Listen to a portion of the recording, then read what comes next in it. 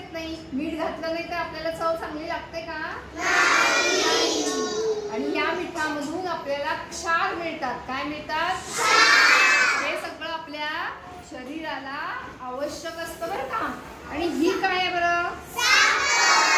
साखर. ही कशी असते?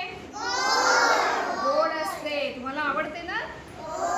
आणि ह्याच्यातून आपल्याला शक्ती मिळते, ग्लुकोज मिळतं. काय मिळतं? ही साखर कशापासून तयार करतात माहितीये का तुम्हाला? नाही, उसापासून. बरोबर आराध्याने सांगितलं. कशापासून तयार करतात?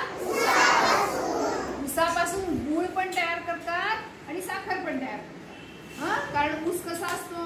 गोड असतो. मग त्याच्यातनं जी त्याच्या रसापासून काय तयार करतात? साखर आणि गुळ. मग आपल्या सरबत आज करायचंय आपल्याला. काय आता खूप उन्हाळा वाढलाय की नाही, मग हे असं सरबत प्यायलं की त्याच्यातनं आपल्याला व्हिटॅमिन सी मिळतं, क्षार मिळतं, ग्लुकोज मिळतं आणि मग आपल्या अंगात काय येते? शक्ती येते.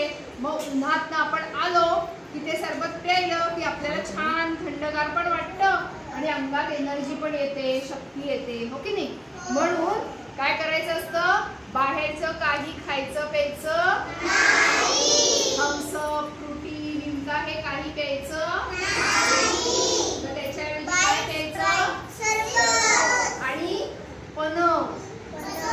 सरबत, पन्ह, कोकम सरबत हे सगळं प्यायचं.